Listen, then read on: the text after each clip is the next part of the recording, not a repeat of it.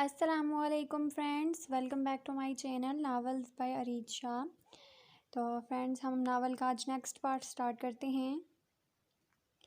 हानि ने तो कभी नहीं चाहा था कि इसकी वजह से इसकी बहन को कोई तकलीफ़ हो, लेकिन फिर भी वो अपनी बहन की तकलीफ़ की वजह बन चुकी थी और यही वजह थी कि वो हादी और इसके रिश्ते को दिल से कबूल नहीं कर पा रही थी। इसे लग रहा था कि हादी ने पहले हूर को ये उम्मीद दी जिसकी वजह से वो हादी को चाहने लगी। अगर इसके दिल में हूर के लिए कुछ नहीं था तो वो अपने गले में डबल एच का लॉकेट क्यों डाला हुआ था। हादी ने इसकी बहन का दिल तोड़ा था जिसे वो कभी माफ़ नहीं कर सकती थी। न जाने कितना रोई होगी वो। इस वक्त भी हूर अपने कमरे में थी। निकाह के बाद हूर नज़र ना आई। शायद अपना दिल बर्बाद होने का शौक़ मना रही हो, लेकिन इस सब के बावजूद भी इसने अपनी बहन के निकाह में भरपूर हिस्सा लिया। शायद अपने आप को इसके सामने मजबूत साबित करना चाहती थी। वो निकाह के दौरान सारे काम भी करती रही और इसे हादी के नाम से छेड़ती भी रही। निकाह के पूरे फंक्शन में इसके लबों से मुस्कुराहट अलग ना हुई, लेकिन हानी ने सोच लिया था कि अब वो अपने बाबा जान से बात नहीं करेगी, इनसे नाराज़ रहेगी, क्योंकि ऐसा पहली बार हुआ था कि बाबा साहब ने इसकी बात नहीं मानी थी। नाराज़ होना तो बनता था। बाबा साहब हानी के साथ घर के सब अफराद से नाराज़ थी और वो किसी से बात नहीं कर रही थी, बल्कि कमरे से बाहर तक नहीं निकल रही थी। वो इसको खाने के लिए बुला रहे थे तो वो कहती कि उसे भूख नहीं है, और फिर खुद रात को चोरी चुपके से आकर खाना खाती और दोपहर का खाना ज़बरदस्ती इसके कमरे में भेजा जाता। बाबा साहब ने इसे इस वक्त तंग करने से मना किया, सो घर का कोई भी फ़र्द इसे बिल्कुल न छेड़ता। हादी खुद हानी से बात करना चाहता था इस बारे में, लेकिन बाबा साहब ने मना कर दिया। वो नहीं चाहते थे कि इस वक्त हानी को कोई भी तंग करे, क्योंकि हानी पहले ही नाराज़ थी। वो इसको मनाना चाहते थे, इसलिए हादी को भी सख्त लहजे में वार्न किया, खबरदार जो तुमने हानी से मिलने की कोशिश की या तंग किया, वरना मुझसे बुरा कोई नहीं होगा। सो हादी ने भी हानी से मिलने या बात करने की बिल्कुल कोशिश ना की। वो जब घर में दाखिल हुआ तो किचन में कुछ खटकने की आवाज़ आई। इस वक्त किचन में कौन हो सकता है, यही सोचकर वो किचन के दरवाजे की तरफ आया है। नज़र तो कोई नहीं आया, लेकिन इसका बड़ा सा टेडी जो इसने बाहों में किसी छोटे बच्चे की तरह पकड़ा रखा था, वो इसे देखकर मुस्कुराया। यानी कि इसके एक हफ्ता पहले बनने वाली मनकूहा अपने हिजरे से बाहर तशरीफ़ ला चुकी थी। आज इसे देखकर इसका दिल अलग ही तरंग में धड़का। हादी का दिल चाहा कि फ़ौरन आगे भर के इसे अपनी बाहों में भर ले, फिर कुछ याद आ गया तो वहीं दीवार के साथ टेक लगाए खड़ा इसको देखता रहा। बाबा साहब का हुक्म, अगर तुमने हानी बेटी को तंग करने की ज़रा कोशिश की तो मैं इस बात का भी लिहाज नहीं करूँगा कि वो तुम्हारे निकाह में है। सो दादाजी की धमकियों को याद करते हुए दरवाजे के पास खड़ा हो गया। वो इसे देखने लगा जो चोरी चोरी मैगी खाने में मसरूफ़ थी। मैगी का जो पैकेट फर्श पर पड़ा था, इसे देखकर अंदाज़ा हो गया कि मैगी बहुत स्पाइसी है। हानि को महसूस हुआ कि कोई इसे पीछे से देख रहा है। इसने पीछे मुड़कर देखा तो हादी बड़ी दिलचस्पी से इसी की तरफ देख रहा था। इसे देखते ही मैगी इसके गले में अटक गई और खांसी का दौरा शुरू हो गया। इसकी आंखों में पानी आ गया, चेहरा जब्त के मारे बुरी तरह सुर्ख हो चुका था। हादी फौरन आगे बढ़ा और गिलास इसके लबू से लगाया। इसने जल्दी से पानी पिया, क्योंकि इसे याद नहीं रहा था कि पानी पिलाने वाला इसका दुश्मन अव्वल है। पानी पीने के बाद हादी को हमेशा वाला जुमला सुनने को मिला, आई हेट यू। इसके आई हेट यू पे हादी हमेशा की तरह मुस्कुराया, जबकि वो अपना बड़ा सा भालू संभालते हुए किचन से बाहर निकल गई। 2 दिन दूर नहीं जाने मन, जब तुम मुझे आई लव यू कहा करोगी। बहुत हास हो तुम, अब बहुत अनमोल हमेशा से, और अब मैं तुम्हें इस बात का एहसास भी दिलाऊंगा। हादी मुस्कुराता हुआ अपने कमरे में चला गया। हानी आज भी अपने कमरे में बैठी हुई थी। सब लोग बाहर थे, लेकिन आज तक इसके निकाह का शौक ख़त्म ना हुआ था। तो बाबा साहब खुद इसके कमरे में आए। मुझे तो लगता था कि मेरी हानी बेटी मेरे हर फैसले में मेरा साथ देगी, लेकिन ये क्या बेटा, तुम तो मुझसे मायूस होकर रह गई हो। बाबा साहब बहुत उदास लहजे में कह रहे थे। बाबा साहब ऐसी बात नहीं है, वो तो मैं आपसे नाराज़ हूँ इसलिए याद दिलाया, जिस पर बाबा साहब बेसाख्ता मुस्कुराए। मैं जानता हूँ कि मेरी बच्ची मुझसे नाराज़ है, लेकिन ये कभी नहीं सोचा था कि इतने दिन तक मेरी बेटी मुझसे नाराज़ रहेगी। अ, बेटा, तुम्हें क्या लगता है हम तुम्हारे बारे में गलत फ़ैसला करेंगे? क्या तुम्हें हम पर यकीन नहीं है? क्या तुम्हें लगता है कि हादी तुम्हारे काबिल नहीं? क्या हमने तुम्हारे लिए गलत फ़ैसला कर दिया? वो इसे अपने सीने से लगाए पूछ रहे थे। नहीं बाबा साहब, मुझे आपके फ़ैसले पर पूरा यकीन है। मुझे पता है कि आप कभी भी मेरे बारे में गलत फ़ैसला नहीं करेंगे। आपने हादी को कुछ सोच कर ही मेरे लिए चुना होगा। हानि ने उन्हें यकीन दिलाते हुए कहा। तो फिर तुम मुझसे नाराज़ क्यों हो, क्यों बैठे हो इस तरह? इससे इतने दिन से अपने कमरे में बाबा साहब उलझते हुए बोले। क्योंकि मैं आपसे नाराज़ हूँ और आप मुझे मनाने नहीं आए। हानि ने मासूमियत से उन्हें याद दिलाया, मुझसे नाराज़ हो तो मुझे बताना चाहिए ना, तुम्हें अब तो मुझे तुम्हें मनाना पड़ेगा। बाबा साहब ने कुछ सोचते हुए कहा, जी हाँ, आपको मुझे मनाना होगा और मैं बहुत सारी शॉपिंग करे बगैर नहीं मानने वाली। अ, हानि ने लगे हाथ अपनी डिमांड भी बता दी। ठीक है, बस तैयार हो जाओ, हम आज शाम को ही शॉपिंग पर चलेंगे। अब हम अपनी लाडली पोती को मना कर रहेंगे। उन्होंने मुस्कुराते हुए इसे अपने सीने से लगाया। बाबा साहब को कोई टेंशन नहीं थी, लेकिन जिस बात का उन्हें डर था कि कहीं हादी से हानि की शादी का फैसला गलत ना साबित हो जाए, वो अब उनका डर ख़त्म हो चुका था। हानि हुरैन और बाबा साहब इस वक्त शॉपिंग मॉल में शॉपिंग कर रहे थे। हुरैन पढ़ाई कर रही थी, लेकिन शॉपिंग का नाम सुनते ही उठकर उनके साथ चल दी। हानि को इस बात की खुशी थी कि हुरैन ने इस बात को ज़्यादा दिल पर नहीं लिया, तो फिर से नूर नॉर्मल हो गई थी। हुरैन हानि को हादी के नाम से तंग करने लगी थी। हानि, मेरे ख्याल से हमें हादी को भी अपने साथ लाना चाहिए था। बेचारा पूछ रहा था कि वो भी साथ आ सकता है कि नहीं, लेकिन बाबा साहब ने साफ मना कर दिया। मुझे तो बड़ा दर्स आ रहा था बेचारे पर, अगर आ जाता तो दीदारे यार हो जाता। हूर ने आह भरकर हानि को छेड़ा, जिस पर हानि के गाल लाल टमाटर हो गए। इसने कभी सोचा भी नहीं था कि इसे हादी के नाम से इस तरह छेड़ा जाएगा। आपा, आपको बुरा नहीं लगा हादी का इस तरह से मेरे साथ निकाह हो जाना? हानि ने अपने दिल में खटकते सवाल को पूछा, जिस पर हूर मुस्कुरा दी। मुझे क्यों लगा बुरा लगेगा, मैं तो बहुत खुश हूँ। मेरी बहन का निकाह इतने अच्छे इंसान से हुआ। हादी बहुत अच्छा इंसान है और तुझे बहुत खुश रखेगा, और अगर इसने तुझे तंग किया तो मुझसे बहुत मार खाएगा। ये कहकर हूर आगे जाने लगी, फिर अचानक मुड़ी और हाँ, उस दिन कॉलेज वाली बात बिल्कुल भूल जाओ, वो सिर्फ मेरी गलत फहमी थी और कुछ नहीं। इसका गाल थपथपा कर वो आगे बढ़ गई, जबकि हानि ये सोच रही थी कि ये बात इतनी आसानी से बोलने वाली तो हरगिज़ नहीं है। हुरैन के लिए फूफो सकीना के बेटे सारम का रिश्ता आया था। सारम हर लिहाज से एक बेहतरीन इंसान था, इस बात में कोई शक नहीं था कि सारम हुरैन के लिए एक बेहतरीन हमसफ़र साबित हो सकता है। फूफा की वफ़ात के बाद जिस तरीके से उसने अपनी बहन और माँ को संभाला, वो हर कोई नहीं कर सकता। और सबसे अच्छी बात ये थी कि सारम हुरैन को पसंद करता था और अपनी मर्ज़ी से इसने अपनी माँ को उनके घर भेजा था। बाबा साहब को ये रिश्ता बिल्कुल बेहतरीन लगा, लेकिन फिर भी वो हुरैन की मर्ज़ी के बगैर कुछ नहीं करना चाहते थे। इसलिए उन्होंने हुरैन से मर्ज़ी पूछती तो इस समझदारी का सबूत देते हुए कह दिया, जैसे आपको ठीक लगे। बाबा साहब जानते थे कि वो बचपन से बहुत समझदार है और वो इस रिश्ते के लिए इनकार नहीं करेगी। हुरैन पढ़ाई के आखिरी साल में थी, इसलिए बाबा साहब कहते थे कि इसकी पढ़ाई ख़त्म होने के बाद इसकी शादी की जाए, लेकिन फूफो की हर बात की जल्दी थी, तो यहाँ पर जल्दी कैसे ना होती। सो कह दिया कि कौन सा हुरैन पर पराए घर में जाने वाली है, अपना ही घर है ना। हम कौन सा हुरैन को पढ़ने से रोक देंगे, वो जितना चाहे पढ़ सकती है। इनको अपने बेटे का कोई भरोसा नहीं था, क्योंकि इतने सालों से उसने यही कहा था कि जब तक वो सेटल नहीं हो जाता वो शादी नहीं करेगा, और अब ये ना हो कि फिर से शादी से इनकार कर दे। इसीलिए फूफो के सामने बाबा साहब की एक न चली, जिस पर इसी महीने की 15 तारीख को इन दोनों का निकाह रख दिया गया। और छोटी ईद के बाद दोनों बहनों की रुखसती। हादी हद से ज़्यादा खुश था, क्योंकि बाबा साहब ने इससे वादा किया था कि जैसे ही हुरैन की शादी होगी इसके साथ हानि को भी रुखसत कर दिया जाएगा। इसे इतनी जल्दी उम्मीद ना थी कि इतनी जल्दी हानि हमेशा के लिए इसके पास आ जाएगी। ये खुशी भी हानि के साथ मिलकर सेलिब्रेट करना चाहता था, मगर वो तो तब होता जब हानि मैडम इसे मुँह लगाती। इसे तो अंदर से महसूस हो रहा था हानि कोई प्लानिंग कर रही है इसे छुटकारा हासिल करने के लिए, क्योंकि वो जब भी इसके सामने आती है अजीब अजीब डिज़ाइन के मुंह बनाती, जैसे दिल ही दिल में उससे गालियों से नवाज रही हो। इसे यकीन था हानि इसके खिलाफ कुछ तो प्लानिंग कर रही है, मगर क्या ये समझ नहीं पा रहा था।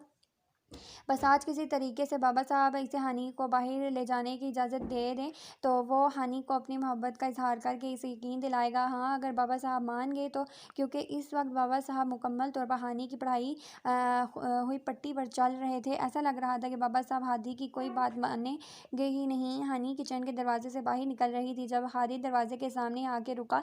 रास्ते से हट जाएं, वो दरवाजे के बीचों बीच खड़ा था। हानि नहीं चाहती थी कि वो हादी से ज़रा भी टच हो, इसलिए न चाहते हुए भी मुखातिब किया, क्योंकि हानि के हाथ में हमेशा की तरह वही भालू था जिन जनाब का इस दरवाजे से निकलना बहुत मुश्किल था। इसलिए हादी दरवाजे की एक साइड हो गया। दरवाजे से निकलते हुए हादी ने जानबूझकर हानि के भालू वाले हाथ को टच किया। हादी तंग बिल्कुल नहीं करना चाहता था, लेकिन निकाह के बाद इससे बात करना चाहता था, लेकिन ये मोहतरम थी कि जो हाथ में आने का नाम नहीं ले रही थी। बस इसीलिए ये जसारत की घबराहट की वजह से हानि का बालू छूटकर ज़मीन पर गिरा। हादी ने फ़ौरन ही हानि की घबराहट को नोट कर लिया, इसलिए इसकी घबराहट दूर करने के लिए फ़ौरन ज़मीन पर बैठकर उसका भालू उठाने लगा। हानि तुम्हारा टेडी बेचारा गिर गया, लेकिन जब उठकर इसे पकड़ने लगा तो इसकी आंखों में गुस्सा देखकर बोला, मेरा मतलब है शहंशाह जलालुद्दीन मोहम्मद अकबर साहब गलती से गिर गए हैं, पूछ लो इनसे कहीं इनको चोट तो नहीं आई। हानि ने छीनने वाले अंदाज में से अपना टेडी वापस लिया और चली गई। इसके जाते ही हानि ने लंबी सांस हारी कि हादी को याद नहीं था कि शायद इसने कभी अपने टीचर को भी इतनी इज्जत से मुखातिब किया हो, लेकिन ये तो हानि मोहतरमा का डैडी था और इनकी शान में गुस्ताखी तो प्यारी सी मनकूहा कभी बर्दाश्त नहीं करेंगी, तो मजबूरन इन साला साहब की इज्जत तो करनी पड़ेगी। हानि को समझ नहीं आ रहा था क्या आखिर इसे हो क्या रहा है। पहले तो इसे हाथ न लगता था, इसकी तरफ देखना गवारा ना था, लेकिन न जाने आज इसे हादी के छूते ही क्या हुआ। हादी का हाथ इसके हाथ से लगा तो वो घबरा गई, लेकिन इससे बुरा नहीं लगा था, मगर ये भी नहीं कह सकते कि ये एहसास इसे अच्छा लगा था। हाँ, मगर अजीब ज़रूर लगा था। अम्मी ने जब इसे बताया कि हादी इसे पसंद करता था और इसकी मर्ज़ी से ये निकाह हुआ है, तब से हानि को सब कुछ अजीब अजीब लग रहा था। क्या मैं इतनी खूबसूरत हूँ शायद कि कोई मुझे चाहने लगेगा, इसलिए शाहजहां जलालुद्दीन मोहम्मद अकबर से पूछा, लेकिन हूर आप तो बहुत खूबसूरत है, अगर हादी को किसी को पसंद करना था तो इन्हें करना चाहिए था, फिर इन्हें कैसे मुझसे प्यार हो गया। अच्छा शाह हो, तुम्हें क्या लगता है। इस वक्त हानि और शाहजहां की बहुत अहम मीटिंग चल रही थी, लेकिन मैं कितनी क्यूट भी तो हूँ, हो सकता है इनको मेरी क्यूटनेस देखकर प्यार हो गया। क्यूट लोगों से भी तो प्यार हो सकता है इंसान को। इसने अपनी गोल गोल आंखें टमटमा कर शाहू को देखा। हाँ, यही वजह होगी, लेकिन ये भी तो हो सकता है कि मैंने बचपन से इनके साथ जो शरारतें की, जो पंगे लिए, इनका बदला लेने के लिए वो मुझसे शादी कर रहे हूँ, है ना। इसने अपने दिमाग के घोड़े फिर से दौड़ाए और रही बात के तह तक पहुँच गई। हाँ, यही हुआ होगा, है ना शाहू, लेकिन तुम फिक्र मत करो, बाबा साहब को जाके बताती हूँ। वैसे भी वो मुझसे बड़ी वजह मांग रहे थे, इससे बड़ी वजह क्या हो सकती है कि वो मुझसे अपने जन्मों की दुश्मनी का बदला लेने के लिए शादी कर रहे हैं। बड़े आए हैं हीरो, बाबा साहब उनकी सारी हीरो गर्दी निकाल देंगे। देखा मैं कितनी स्मार्ट हूँ। इसी बात पे हाय फाई इसने शाहजहां जलालुद्दीन मोहम्मद अकबर के उठाए हुए हाथ पर ताली बजाई और इन्हें उठाकर बाहर ले आई, क्योंकि इनके बेस्ट फ्रेंड जलालुद्दीन मोहम्मद अकबर कितनी ही स्मार्ट क्यों ना हो, लेकिन अपने पैरों पे चल कर बाहर नहीं आ सकते थे। बाबा साहब मैं वादा करता हूँ मैं इसे बिल्कुल तंग नहीं करूँगा, आप प्लीज़ इजाज़त दे दीजिए। हादी 2 घंटे से बाबा साहब की मिन्नतें कर रहा था। देखो हादी, हमने एक बार फिर कह दिया नहीं तो नहीं, इसका मतलब नहीं होता हमारी ना हाँ में नहीं बदलेगी, तुम जाओ यहाँ से। बाबा साहब किसी तौर मानने के लिए तैयार ना थे। बाबा साहब, आपने मेरी एक बात मानकर मुझसे अपने दादा होने का हक छीन लिया, मजबूरन हादी को अब एक्टिंग ही करनी थी। ये तुम क्या कह रही हो, ये बात नहीं है जो तुम समझ रहे हो। रहने दीजिए बाबा साहब, अच्छे से समझ में आ रहा है मुझे आपकी एक बात मानकर हानि आपको इतनी प्यारी हो गई कि आप अपने पोते को भूल बैठे। हादी अपनी आंखों से झूठ मूठ के आंसू साफ करने लगा। हादी, ऐसी बात नहीं है, मैंने इससे वादा किया है कि तुम इसे तंग नहीं करोगे, और अब अगर मैंने हानि को तुम्हारे साथ भी भेज दिया तो हर एक बार फिर मुझसे नाराज़ हो जाएगी। वो नहीं होगी बाबा साहब, मैं उसे बिल्कुल तंग नहीं करूँगा। हम जाएंगे, खाना खाएंगे और वापस आ जाएंगे, और आपको तो पता ही है अगले माह रमज़ान शुरू हो जाएगा। इसके बाद तो मैं हानि को कहीं लेकर नहीं जाऊँगा, और मैं नहीं चाहता कि मैं हानि को शादी से पहले अपनी मोहब्बत का एहसास भी ना दिला पाऊँ। समझने की कोशिश करें। हादी एक बार फिर से मिन्नत करने लगा। बाबा साहब, मैं एक बार इससे अपनी मोहब्बत का इकरार करना चाहता हूँ। मैं इसे बताना चाहता हूँ कि मैं इससे बहुत प्यार करता हूँ। ये दिल जिगर गुर्दे फेफड़ों का मामला है। दादा साहब, सिर्फ एक बार हादी को अब ऐसा लग रहा था कि दादा साहब मानने के करीब पहुँच चुके हैं। बस एक इमोशनल वार के साथ ही बाबा साहब इसे जाने की इजाज़त दे देंगे। इतने में ही इसके दिल जिगर गुर्दे फेफड़े का मामला शाहजहां मोहम्मद अकबर दीन के साथ अपने कदमों पर चलते हुए हाजिर हो गया। बाबा साहब, मुझे आपसे ज़रूरी बात करनी है, अकेले। इसने अकेले पर जोर देते हुए कहा। इसको देखा जैसे कह रही हो कि आप अपने तशरीफ़ काटू यहाँ से उठाकर बाहर ले जाएं। फ़िलहाल आप अपने भाई को लेकर यहाँ से बाहर जाएं। इस वक्त मैं और बाबा साहब बहुत ज़रूरी बात कर रहे हैं। इसने भाई पर ज़ोर देते हुए कहा, ये मेरा भाई नहीं बेस्ट फ्रेंड है, और इसका एक नाम है, बेहतर होगा आप इसे इसके नाम से मुखातिब किया करें। निकाह के बाद हानि ने अभी तक इससे सीधे मुंह बात नहीं की थी। निकाह के बाद क्या, इसने बचपन से ही हादी से सीधे मुंह बात नहीं की थी, लेकिन अब कुछ ज़्यादा ही रूड हो गई थी। जी हाँ मोहतरमा, मुझे याद है आपके इस भाई साहब का नाम शाहजहां जलालुद्दीन मोहम्मद अकबर है, और मैं बहुत ही इज़्ज़त से कह रहा हूँ, और मैं इनसे माफ़ी मांगता हूँ जो मैंने इनके शान में गुस्ताखी कर दी। यकीनन ये मुझे माफ़ फरमा देंगे। प्लीज़ अभी इन्हें लेकर बाहर चली जाएं। इसने एक लफ्ज़ चुबा चुबा कर बोला, लेकिन मुकाबिल ने इसे मुकम्मल इग्नोर करते हुए बाबा साहब को मुखातिब किया। बाबा साहब, मैं और शाहू बाहर बैठे हैं, जब आप फारिग हो जाएं तो बुला लीजिएगा हादी। इसने इसकी नकल उतारी, जिस तरह मोहब्बत से ये इस शाहू को बुलाती है। ना इसके 1% मुझे बुला लेना, तो सारी ज़िंदगी ग़ुलाम बन के रहो मैं इसका। लेकिन ना बाबा साहब, आप देखिएगा, शादी के पहले दिन तो मैं इसका शाहू की मंडी मरूंगा। हादी मुँह बसूरते एक बार फिर से बाबा साहब के आगे आकर बैठते हुए बोला, इसके भालू से नफ़रत करते हो तुम? बाबा साहब ने मुस्कुराकर कहा, जी नहीं, हर इस चीज़ से प्यार करता हूँ जिससे वो हाथ लगाती है। इसे तो हर वक्त अपनी बाहों में भर के रखती है, इससे कैसे नफ़रत कर सकता हूँ मैं? ठीक है, ले जाओ इसे, लेकिन जल्दी घर वापस आना। हादी को नहीं लगा था कि बाबा साहब इस तरह जाने की इजाज़त दे देंगे। अभी तो उसे लग रहा था कि इससे बहुत सारे पापड़ बेलने पड़ेंगे, लेकिन अब बाबा साहब इजाज़त दे चुके थे, क्योंकि बाहर जो मखलूक बैठी थी इससे वादा कर चुके थे निकाह के बाद वो हानी से ज़्यादा प्यार करेंगे। इसलिए हानी मैडम के सामने वो हादी से ज़रा अहमियत देते थे। बाबा साहब तुम्हें अंदर बुला रहे हैं। वो बाबा साहब के कमरे से निकला और इसने आकर बताया। इसको इग्नोर करते हुए वो अपना बालू उठा के अंदर जाने लगी। कभी इस साले को मेरे पास भी छोड़ दो, कभी साला बहनोई बात करके दोस्ती ही कर लेंगे। हादी को खुद समझ नहीं आ रहा था कि वो ऐसी बेफजूल बातें क्यों कर रहा है। ये मेरा बेस्ट फ्रेंड है और ये और किसी से बात नहीं करता, और आप इसे बार बार मेरा भाई ना बनाएं। हानी ने याद दिलाया, लेकिन यार, अब तो मैंने नहीं कहा कि ये तुम्हारा भाई है, मैंने तो इसे अपना साला कहा है। बेफजूल बात ही सही, लेकिन हानी इससे बात तो कर रही थी। हाँ, तो इसे अपना साला बोल रहे हैं, इसका मतलब कि आप इसे मेरा भाई बना रहे हैं क्योंकि मैं आपकी बीवी से आगे वो कुछ नहीं बोली, और फिर वो हुआ जो पहले कभी नहीं हुआ था। हानी मैडम शर्मा गई और इसकी बात पर अचानक बंद होती बोलती पर हादी ने बुलंद तरीन कहका लगाया, थैंक यू सो मच हानी। मुझे लग रहा था कि अभी तक तुमने इस रिश्ते को कबूल नहीं किया, लेकिन मेरा अंदाज़ा गलत साबित हुआ। हादी ने खुश होते हुए कहा। हानी को समझ नहीं आ रहा था कि वो हादी के थैंक यू का क्या जवाब दे, सो मासूमियत से यो वेलकम कहकर अंदर चली गई। और इधर एक बार फिर से हादी का बेहतियार कहका बुलंद हुआ, और इस कहके की आवाज़ सुनकर हानी को लगा कि वो कुछ गलत बोल कर आई है। हानी कमरे में आई और मुंह फैलाकर बैठ गई। यकीनन वो बाबा साहब को वादा याद करा रही थी जिसमें उन्होंने कहा था कि हादी से निकाह कर लो तो मैं तुमसे ज़्यादा प्यार करूँगा। हानी बेटा, तुम जानती हो ना मैं तुमसे ज़्यादा प्यार करता हूँ, तो फिर इस तरह से नाराज़ होने का क्या फ़ायदा है। बाबा साहब को समझ नहीं आ रहा था कि अब हानी क्यों नाराज़ हो गई है। आप इतनी देर से इनके साथ इस कमरे में बैठे थे, ज़रूर आप दोनों मेरे खिलाफ बातें कर रहे होंगे, क्योंकि मुझे इस शादी की असल वजह पता चल चुकी है, और आपने मुझसे कहा था कोई ऐसा रीज़न बताओ, मैं तुम्हारी शादी रोकूंगा। सुन लीजिए मिस्टर बाबा साहब कि आपके लाडले पोते ने मुझसे बदला लेने के लिए निकाह किया है। बाबा साहब बहुत गौर से इसकी बातें सुन रहे थे, लेकिन एंड पे अपना सर पकड़ कर बैठ गए। और तुम्हें ऐसा क्यों लगा? बाबा साहब ने पूछा। क्योंकि मैं बचपन से इनके साथ जो शरारतें करती थी और उन पर झूठे इल्ज़ाम लगाती थी। झूठे इल्ज़ाम पर इसने रुक कर बाबा साहब के चेहरे पर देखा।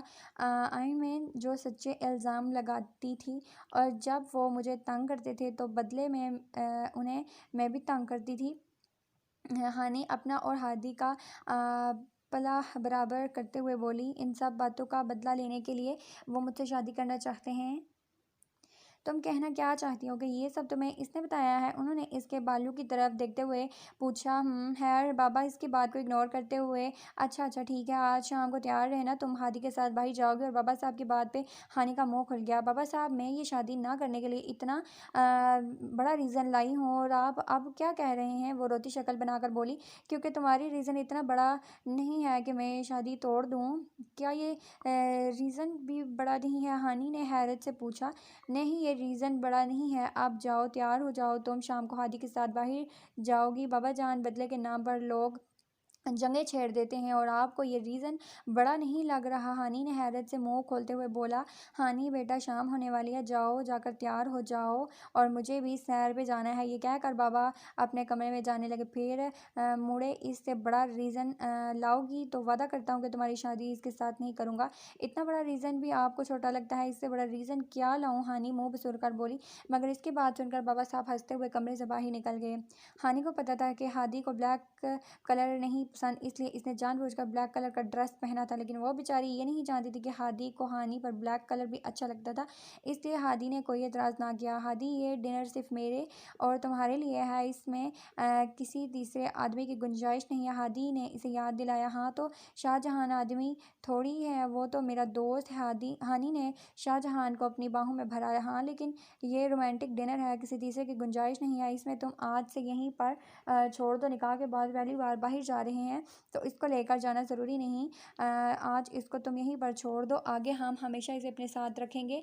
हादी बहुत नरम लहजे में बोल रहा था, जबकि इसका दिल चाह रहा था कि इसके शाहजहान को उठा के खिड़की से बाहर फेंक दे।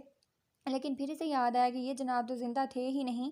इसे यकीन था कि इन दोनों की वेडिंग नाइट पर भी ये साला इन दोनों के बीच में सोएगा। जी नहीं, ये मेरी हिफाजत के लिए मेरे साथ चलेगा, हानी ने मासूमियत से कहा, जबकि हादी इसके करीब आया और बड़ी एहतियात से इसकी बाहों से इसका भालू निकाला।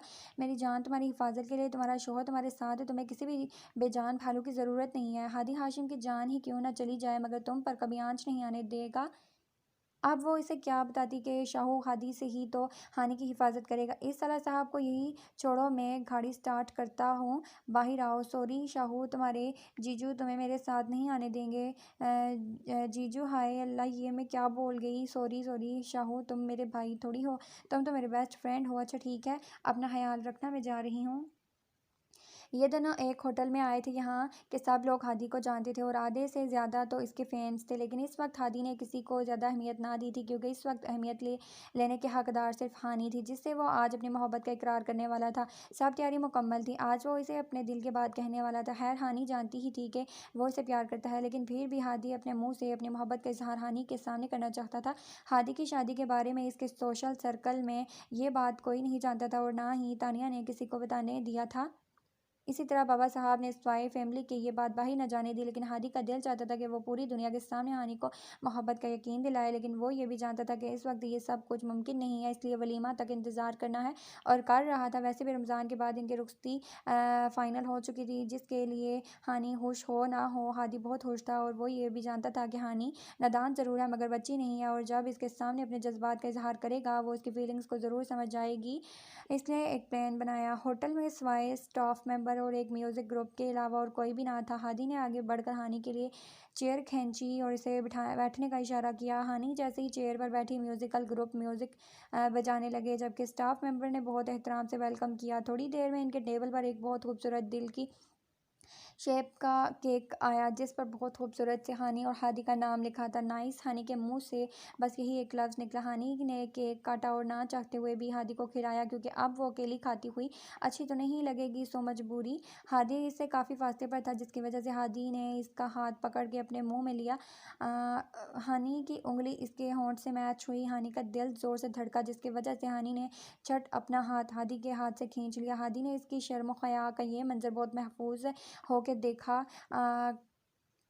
हादी जो कहीं का तो वही करेगी, और अगर हादी ने तेरी शिकायत लगाई, तेरी जूते से पिटाई करूँगी। कामलेस डांस। हादी इसके सामने अपना फैलाते हुए कहा, जिस पर हानी को माँ की ये बात याद आई।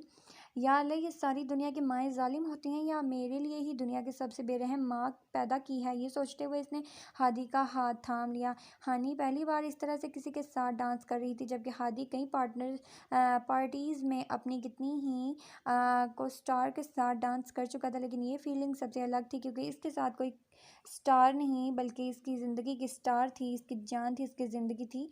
चाहूँगा मैं तुझे हर दम, तो मेरी ज़िंदगी, मांगो रब से तेरी खुशियाँ, तो मेरी हर खुशी। डांस के साथ म्यूज़िकल बैंड ने गाना शुरू किया।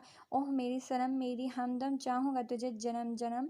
और गाने की हर लाइन पे हादी को ऐसा लग रहा था जैसे वो सिंगर इसके दिल का हाल बयान कर रहा है। वो दोनों खाना खा रहे थे जब हादी ने शरारत से हानी का हाथ थाम लिया। आपने मेरा हाथ क्यों पकड़ा? आप जानते हैं ना मैं बाबा साहब से आपकी शिकायत कर सकती हूँ। क्या है? अलाउ? हाँ मैं जानता हूँ अलाउ है मुझे, लेकिन बाबा साहब ने मुझे ये क्या मतलब? बाबा साहब ने आपसे कहा कि आप मेरा हाथ पकड़ सकते हैं? हाथ छुड़ाने की कोशिश में नाकाम कर हो रही थी वो, इसलिए वो पूछने लगी, जी हाँ, देखें मेरा हाथ छोड़ें वरना। हादी धमकी देने की कोशिश करने लगी। वरना वरना क्या? हादी ने पूछा। वरना जिन मूंछों वाले अंकल को मैंने आपके नाक तोड़ने के लिए चॉकलेट दी है उनसे आपका हाथ भी तोड़वा दूंगी। हानी ने इसे डराया। चॉकलेट? हाँ, वो मूंछों वाले अंकल सुपारी मांग रहे थे, लेकिन मेरे पास सिर्फ चॉकलेट थी। जबकि इसके जवाब पर हादी की हैरत से मुंह खुल गया। मतलब ये लड़की मुझ पर हमला करवाने के लिए सुपारी के नाम पे चॉकलेट दे के आई थी? कौन से मूंछों वाले अंकल को चॉकलेट दी है तुमने? हादी ने पूछना ज़रूरी समझा। वो पहले पहले हमारे कॉलेज के वॉचमैन हुआ करते थे, हानि ने बताया। वो कब आ रहे हैं? मेरा नाक तोड़ने के लिए? पता नहीं, उन्होंने कहा था जब वो फ्री होंगे आ जाएंगे। इसका मतलब था कि हानि के गेंडे का शेड्यूल बहुत टफ है। खाना खाने के बाद हादी का प्लान हानि को प्रपोज करने का था। इसके लिए तैयारी मुकम्मल थी। हादी ने हानि को खड़ा किया और ख़ुद उसके सामने आकर घुटनों के बल बैठा। अरे ये आप क्या कर रहे हैं? हानि को समझ नहीं आ रहा था कि वो इसके पैरों में क्यों बैठ रहा है।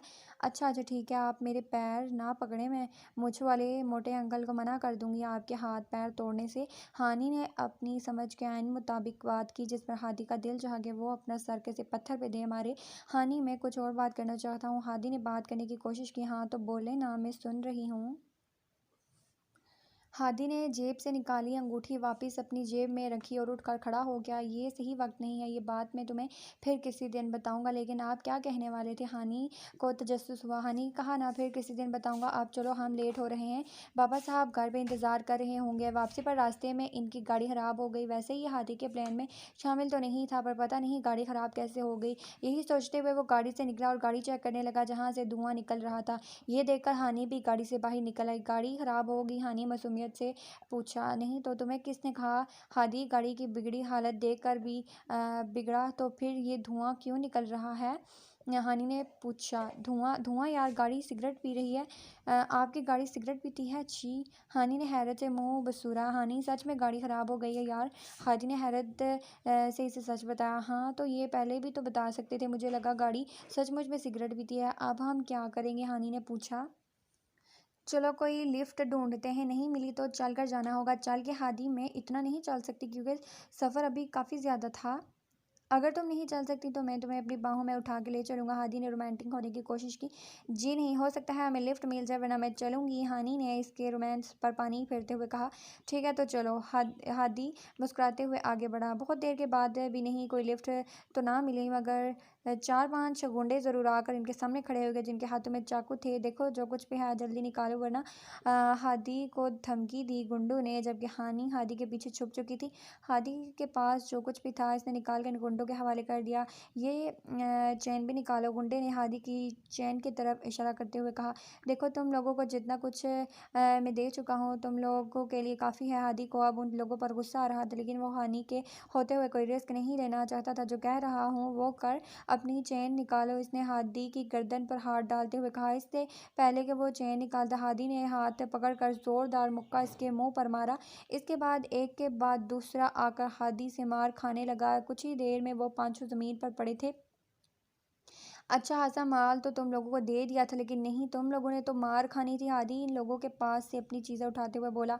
और भाई, इस चेन में ऐसा क्या था जो इतना तोड़ डाला? एक आदमी ने इससे पूछा। इसकी बात का जवाब दिए बगैर हानी ने हादी का हाथ पकड़ा और मुस्कुराते हुए आगे चल दिया। बहुत शौक है आपको मारने मरवाने का। अगर वो गुंडे हमें कुछ कर देते तो कहा था ना, तुम्हें कुछ नहीं होने दूंगा। जी नहीं, बात मेरी नहीं आपकी है। आप उन गुंडों से लड़ रहे थे। अगर आपको कुछ हो जाता तो? हानी कि इस बात ने हादी को खुशफहम कर दिया। तो हादी इसकी आंखों में आंखें डालकर पूछ रहा था। हानी फौरन घबराई। तो मैं अकेले घर कैसे जाती? हानी ने बात बनाई। आओ तो तुम्हें तुम्हारे घर जाने की फ़िक्र थी? हादी की सारी खुशफहमी हवा हुई। और नहीं तो क्या, अभी मैंने घर जाके बाबा साहब की को ये शिकायत भी लगाई है क्या आपने मेरा हाथ पकड़ा था। और आज ज़िंदगी मैं पहली बार हादी का दिल किया कि वो इसके मुंह पर टेप लगा दे। हानि, हर बात नहीं बताई जाती। इसने हानि को समझाने की कोशिश की। बाबा डर गए ना? हाँ हाँ, बाबा साहब आपको फेंटी लगाएंगे। हानि हंसते हुए बोली। हानि हंसती हुई सीधी इसके दिल में उतरती जा रही थी। अब मज़ीद अपने आप पर काबू पाना हादी के लिए मुश्किल था। इसलिए आप बाबा साहब के डांट की फ़िक्र किए बगैर एक ही पल में हादी ने हानि की कमर में हाथ डालकर इसे अपने करीब किया। हाँ, तुम तुम बता देना बाबा साहब को कि मैंने तुम्हारा हाथ पकड़ा। लेकिन क्या है ना, सिर्फ हाथ पकड़ने से बाबा साहब मुझे इतना नहीं डांटेंगे जितना कि तुम चाहती हो। हादी की इस हरकत पर हानि का दिल ज़ोर से धड़का। मैं चाहता हूँ कि तुम्हारी ये ख्वाहिश पूरी हो कि बाबा साहब मुझे डांटे। ये कहते हुए हादी ने इसके होंठों पे अपने लाभ रखे। आप तुम बाबा साहब से मेरी शिकायत करना, यकीनन बाबा साहब मुझे इतना डांटेंगे कि तुम्हारा दिल खुश हो जाए। वो बोल नहीं पा रही थी और हादी की इस हालत से महफूज हो रहा था, जबकि घबराहट के मारे हानि नज़रें तक उठा नहीं पा रही थी। और हादी ने शायद ही इससे ज़्यादा हसीन मंजर ज़िंदगी में कभी देखा था। मुझे घर जाना है, फाइनली एक फ़िक्रा अदा हो गया। हाँ बिल्कुल, चलो आखिर तुमने मेरी शिकायत भी तो करनी है ना बाबा साहब से, हादी ने हंसते हुए कहा, लेकिन एक कदम भी ना उठाया। अगर आप नहीं चलना चाहते मेरे साथ तो मैं अकेली ही चली जाऊंगी।